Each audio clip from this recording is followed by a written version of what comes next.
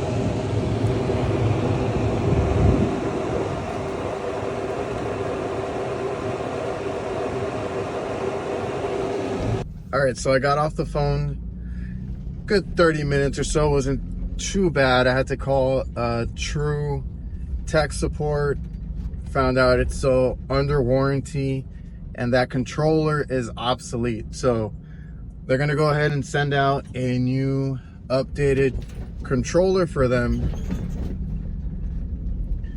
that they said can handle much higher like amperage and I don't know what. So like, they've had issues with those controllers, so just, FYI. This is a True R290 system. Nothing crazy. I don't think we have an issue with anything. I always do a quick leak test with my top test. A quick leak test with my top test. It's a combustion gas leak detector. So with R290, I'm always going to do a quick check, because those evaporators tend to leak, right? So like initially I did a quick sweep, cleaned out the drain. I thought we only had a drain issue, but she did mention that the drinks weren't cold. So plugged it back in, had some error code on the controller, which is what you guys saw, which is on and off are blinking, which is red and green, and the wait light stays on it. From what I saw in the manual, when I looked it up really quick, it's supposed to have like a 3-minute delay at most. The guy on tech support for True said that kind of error code that I'm getting is for like a defrost. And he said that can take up to anywhere up to 40 minutes, right? So at that point, do I want to bypass it? Do I want to like continue checking it? I mean, obviously when you call a tech support, you're looking for, especially if, like, I kind of knew what was going on, but like I wanted to verify or get any helpful hints, which is, even when I know what's wrong with it, I still call tech support because they're going to tell you, oh, by the way, we've been having issues with A, B, or C, right? So then he meant, like, which is exactly what happened. He mentioned we've had issues with those controllers, so basically obsolete. They pivoted to a different one, and that's the one that they're going to send out. So I'll bring you guys along when I get that one in. It's always good to tell the customer something's covered under warranty. That's just me. I'm not trying to sell anything. So obviously that's going to be covered for them. So that's kind of cool. And on these units, if you guys ever work on true systems, it's been a while since I've done a true unit. Dirty coils is the main culprit, and then normally a temp controller. So like, I didn't even realize it was electronic. It's been that long since I've worked on one. So I was just gonna take out or pull down the controller and ohm it out to make sure if it was opening and closing, because they're just contacts. This is electronic. It just basically just automatically switches over. The guy did mention though on that defrost 40-minute time, he's like, it should kick out based on the probe sensor. So this has probe sensors, and I was like, no, this thing has been disconnected for a while. The customer disconnected it to clear out their own drain. So I came in to kind of clean it up a little bit more because they thought it was still leaking or backed up. And yeah, it should have not stayed in defrost. If that's like what he said, that's what that error was. I went to go work on or finish working on a cooler. Then I went to go pick up the part that I need for this reach-in. So we got sensors. This is a new True controller. This is a Tech 22. Basically the other one is obsolete, or they don't prefer not to use it anymore. And everything's digital now. I haven't worked for True in I haven't worked on any True in a long time. And that QR code doesn't work. So I don't know if it's because it's faded, whatever. There is a QR code on the sensors here. Instruction to install the controller, and then a bunch of stuff for conversions. I don't know if I'll need all this or if it's just plug and play. We'll find out, because it does give you instructions to replace the controller that we saw, also to replace any mechanical controller and upgrade it, I guess. But should be fairly simple. I just got to make sure the sensors are where they're supposed to be for this controller, and then put this one as basically this one. They said they've had better luck with. They've had bad luck with the other controller, the Soltech, whatever it's called. And this one can handle, I'll have to compare it. I don't know if it can handle a higher amperage. So right there you can see the compressor and fan, full load amps, and what it's rated for and all that. I'll compare it to the other one, but I guess that's an issue they had with these controllers. All right, so we are here at the location for the controller. Like I said, I'm gonna hope that it's just plug and play. I'm not sure if I need to replace everything. Just depends on how it plugs in. I pulled up the PDF. So after getting that QR code that I found, it's instructions on where the sensor should be, instructions on if it's mechanical, if you're replacing a few different controllers. We are replacing a Soltech, I thought it was Soltech.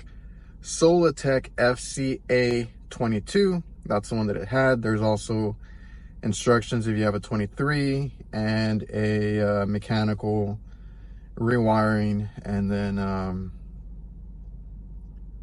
also depending on what I guess if you're going for mechanical, you got to do some extra stuff for the fans and all that. But this is all electronic already. It has that condenser fan motor that starts in reverse to clean itself for a little bit, and then it turns on normally, and it has a door switch for the fan. It has all that stuff. So we're gonna go put this in. This is actually the fairly new customer. I don't think I've shown any work from here yet. We did do like an AC change out. We've done a lot of the hot food side, right? So I haven't been here too much, but this is the one that got taken advantage of because they were a mom and daughter.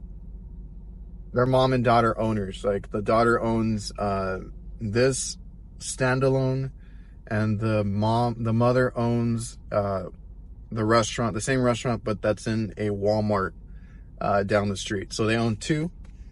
It's like a franchise. They only own those two, so those are the two that we get work for.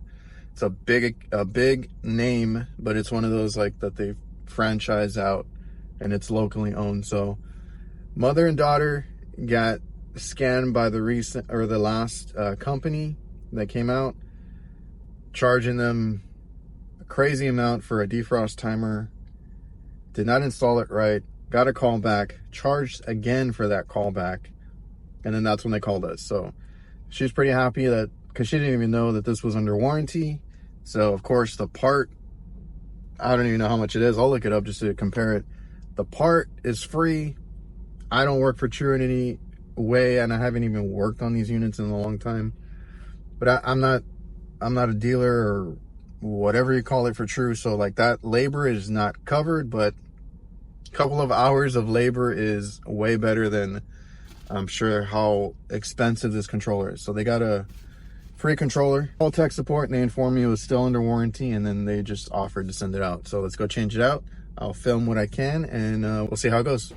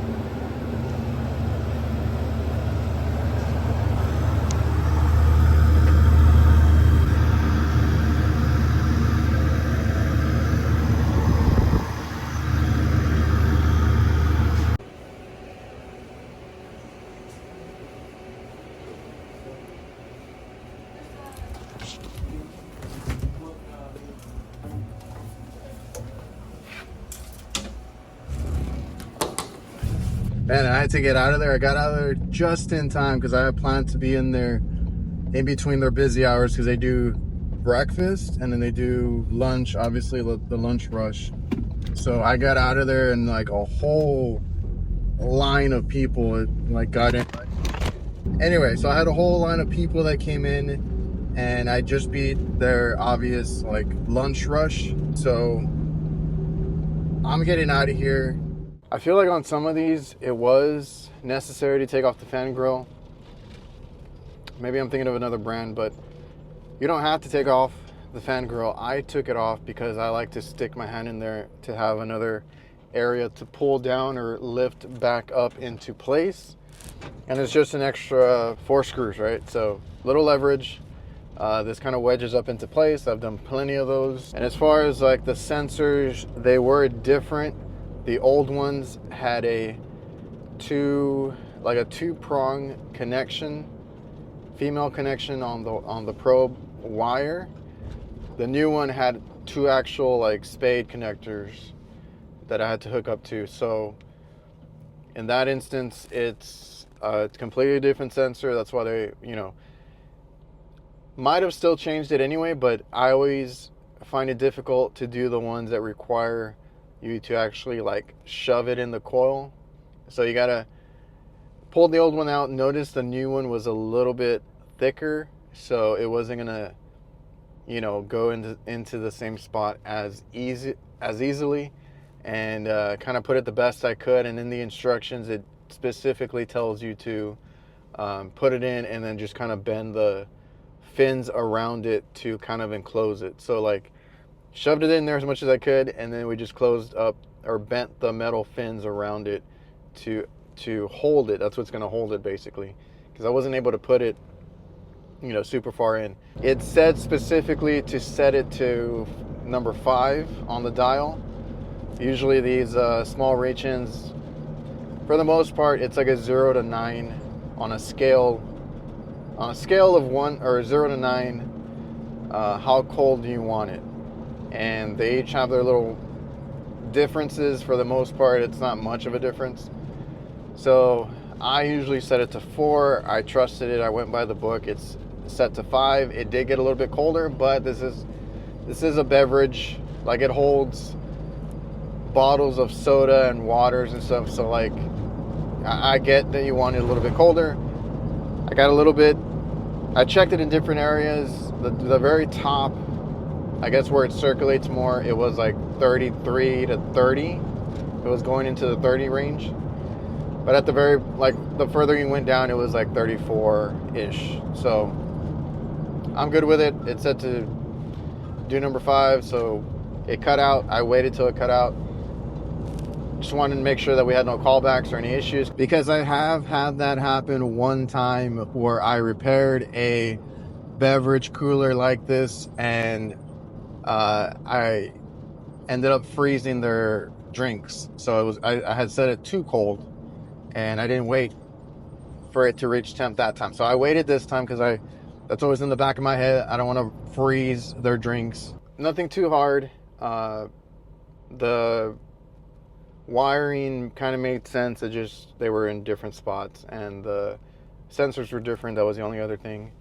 It kicked in and out just fine. Everything went according to plan. The only thing with these, or with any reach-in coolers, what I always find more difficult is the space. So I'm going in there, sticking my head, trying to look up so I can see everything, all the screws, and squeeze my shoulders in there because I normally don't fit in these things, right? So I'm there like, it's a tight spot. That's the hardest part about this. So I don't know. Hopefully you guys enjoyed the video. Hopefully it was helpful. I appreciate you guys. Make sure to like, comment, subscribe, all that good stuff. See you guys.